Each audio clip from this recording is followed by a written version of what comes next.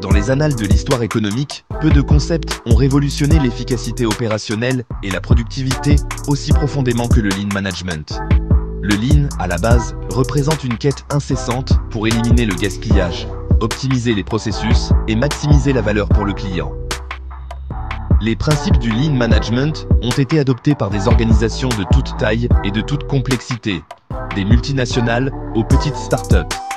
Son impact s'est fait sentir dans un large éventail de secteurs, notamment la fabrication, la santé, la technologie et les services. L'aventure du Lean Management a débuté au lendemain de la Seconde Guerre mondiale, dans les usines d'un constructeur automobile japonais en difficulté, Toyota. Les ingénieurs de Toyota, confrontés à la tâche titanesque de reconstruire la capacité industrielle de leur pays, se sont lancés dans une quête incessante pour éliminer le gaspillage et maximiser l'efficacité.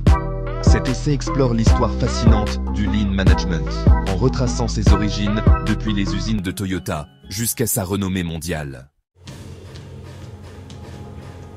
L'histoire du Lean Management est inextricablement liée à l'essor de Toyota Motor Corporation. Au lendemain de la Seconde Guerre mondiale, le Japon était confronté à une situation économique désastreuse. Les ressources étaient rares et l'infrastructure industrielle du pays était en ruine. Les ingénieurs et les dirigeants de Toyota, menés par le visionnaire Taiichi Ohno, ont reconnu la nécessité d'une approche fondamentalement différente de la production. Les méthodes de production de masse traditionnelles, mises au point par des constructeurs automobiles américains comme Ford, n'étaient tout simplement pas viables dans le Japon d'après-guerre. Inspiré par l'efficacité du système de production Toyota, TPS. Le TPS mettait l'accent sur la production de ce qui était nécessaire, quand c'était nécessaire, et dans la quantité exacte requise. Au cœur du TPS se trouvaient des concepts révolutionnaires comme la production juste à temps et le Kanban, qui ont révolutionné la gestion des stocks et le flux des matériaux. Aucun individu n'a joué un rôle plus déterminant dans le développement du Lean Management que Taiichi Ohno, ingénieur de production et dirigeant chez Toyota. Le génie d'Ohno résidait dans sa capacité à identifier et à éliminer le gaspillage sous toutes ses formes. Il avait observé que les méthodes de production de masse traditionnelles entraînaient souvent un gaspillage important. Surproduction, stock excessif, transports inutiles, temps d'attente, défauts, surtraitement et potentiel humain sous-exploité. Ohno a développé un ensemble d'outils et de techniques pour lutter contre ces gaspillages, dont deux, le juste à temps et le Kanban, sont devenus les pierres angulaires du Lean Management.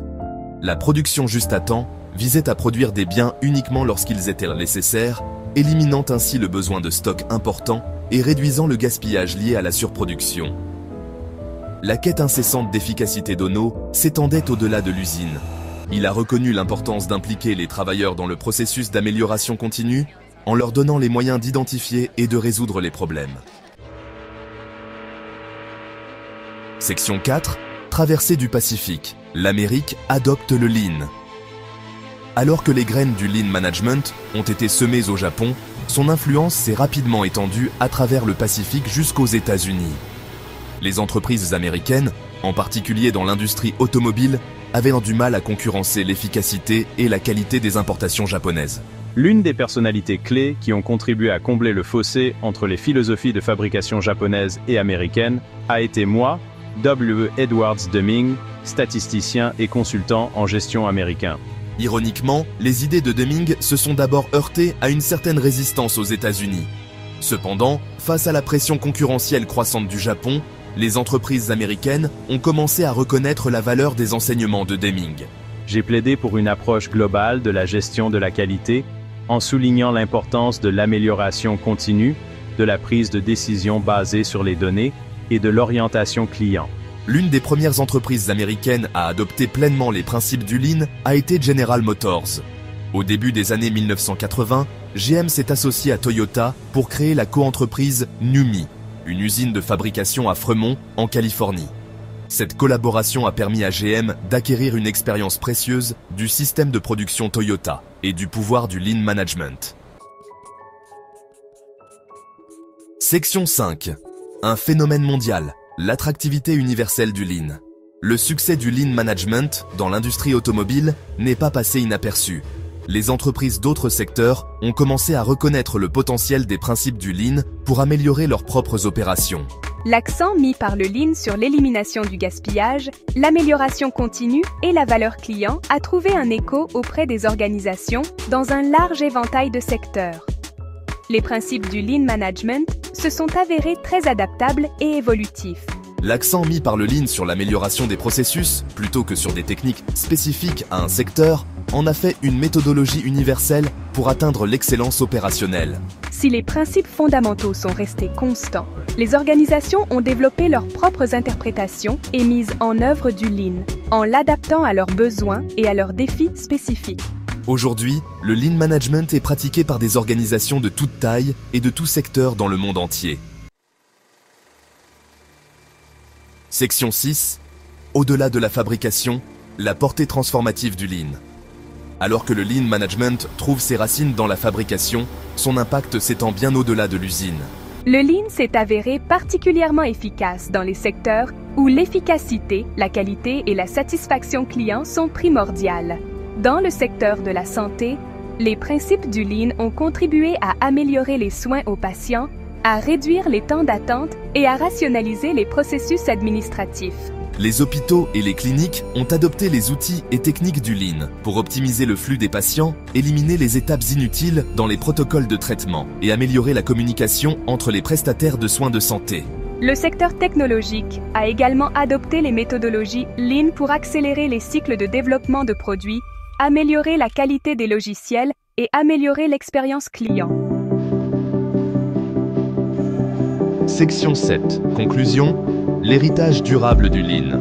Le Lean Management, né des cendres du Japon d'après-guerre, est devenu l'une des philosophies de gestion les plus influentes des 20e et 21e siècles. Depuis ses humbles débuts dans les usines de Toyota, le Lean a transcendé les frontières géographiques et les secteurs d'activité pour devenir un phénomène mondial. À la base, le Lean représente une quête incessante de l'excellence par l'élimination du gaspillage, l'optimisation des processus et la création de valeur pour le client. L'héritage durable du Lean Management réside dans sa capacité à transformer les entreprises, à améliorer la vie des gens et à créer un avenir plus durable. En adoptant les principes du Lean, les organisations peuvent atteindre des niveaux d'efficacité, de qualité et de satisfaction client sans précédent, tout en favorisant une culture d'apprentissage et d'innovation continue. Les principes du Lean, avec l'accent mis sur l'agilité, l'efficacité et l'orientation client, continueront à guider les entreprises vers un avenir de succès durable. Alors, José, tu te rends compte? 5 erreurs peuvent suffire pour ruiner la performance globale d'une entreprise. Je me rends bien compte et je pense que c'est même pas la peine d'aller en chercher 5. Moi, je parlais d'une seule erreur dans nos organisations, c'est cette obsession de la recherche d'optimums locaux. Ces organisations, on a tout découpé en morceaux. On a nommé des responsables de chaque fonction et où chaque responsable de chaque fonction essaye d'optimiser sa petite partie du problème. Pensant que si tout le monde est bon dans sa petite partie du problème, l'entreprise sera bon globalement. Donc pour moi, c'est la première erreur fatale et le premier gaspillage de nos organisations, c'est cette organisation en silo et cette prolifération d'indicateurs.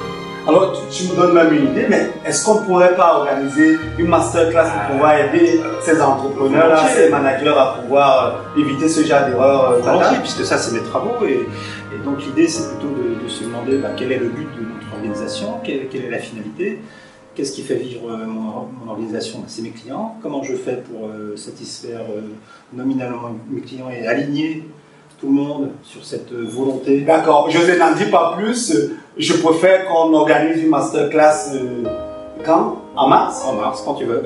Quel jour? Le 18 mars, ça te va? Ça me va. 18 mars à 12h30. 12h30. 12h30, 13h30. Ah ouais, okay. C'est une heure idéale, un créneau idéal pour les managers. C'est noté. Ça te va? Merci Jean. Oh, merci. Allez. Alors, que vous soyez aux États-Unis, que vous soyez en Amérique, que vous soyez en Europe, que vous soyez en Afrique, cette conférence est pour vous. Chers managers, chers leaders, retrouvons-nous donc à 12h30 exactement, heure de Paris, pour partager ensemble les pépites qui vont sauver nos entreprises. Allez, je vous en dis pas plus. Allez dans la barre de description et prenez votre place. Prenez votre place. Les places sont limitées.